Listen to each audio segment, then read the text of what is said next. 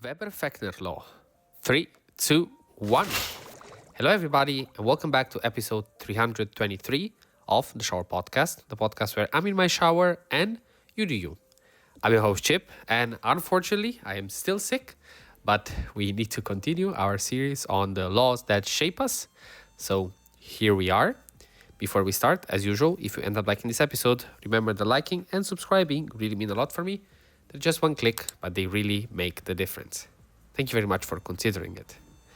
Today's idea reshapes the way you think about change itself. Our senses don't measure the world in straight lines. They compare. Turn a quiet song up by one notch and it feels obvious. Add that same notch when the music is already loud and it barely moves the needle. The pattern behind those moments is called the Fechner Law. Your perception tracks ratios more than row differences. So, the same physical step can feel big or small depending on where you start. What's going on under the hood is simple and quite profound. Your nervous system cares about contrast, a change relative to the baseline, because that's what helps you detect something new in a noisy world. Mathematically, that shows up as a logarithmic feel to many senses.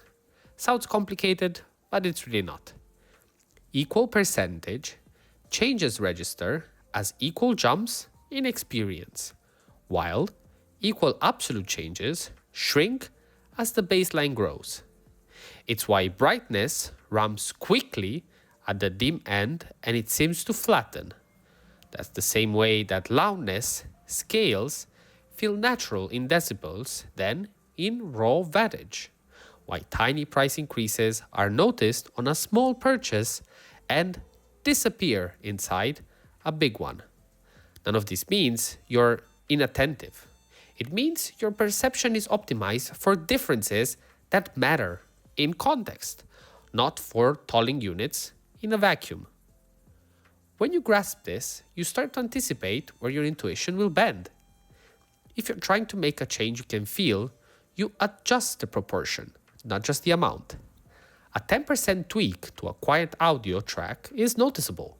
The same 10% on a blasting chorus is just a whisper. The same logic helps when you're evaluating progress. Early gains in a new habitat can feel dramatic because the baseline is low. Later gains feel muted even when the absolute improvement is larger.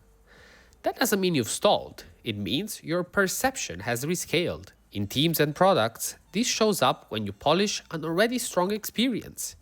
Every additional unit of effort buys a smaller size of perceived improvement, and the temptation is to keep pushing the same level harder. A better move, on the other hand, is to change the denominator, reduce the background demands, simplify the steps around the action so the same adjustment lands as the larger ratio. You can actually put this to work today with a few small experiments. If you struggle to notice incremental progress, compress the baseline before you start. Quiet the room before you edit an audio, dim the display before you tune color, clear the desk before you judge whether a new organizer actually helps. If you're trying to feel momentum in a habit, choose a scale where the next step is a meaningful percent. Add one more page when you're reading just one a day, not when you're already at 50. Increase a run by a minute when you're at 10, not when you're at 60. You're matching the step to a ratio your brain will actually register. The larger lesson is kindness to your own perception. When a late-stage improvement feels invisible, that doesn't automatically mean the effort was wasted. It may mean the scale changed under your feet. When an early tweak feels electrifying, that doesn't guarantee linear returns. It may be the natural boost of moving from almost nothing to something. Calibrate your expectation to the curve your senses run on, and decisions will start to feel cleaner. Choose steps your brain can actually feel when you need motivation. Choose contexts that mute shocks when you need stability. That was Fechner Law, quite complex name, but actually very easy to understand.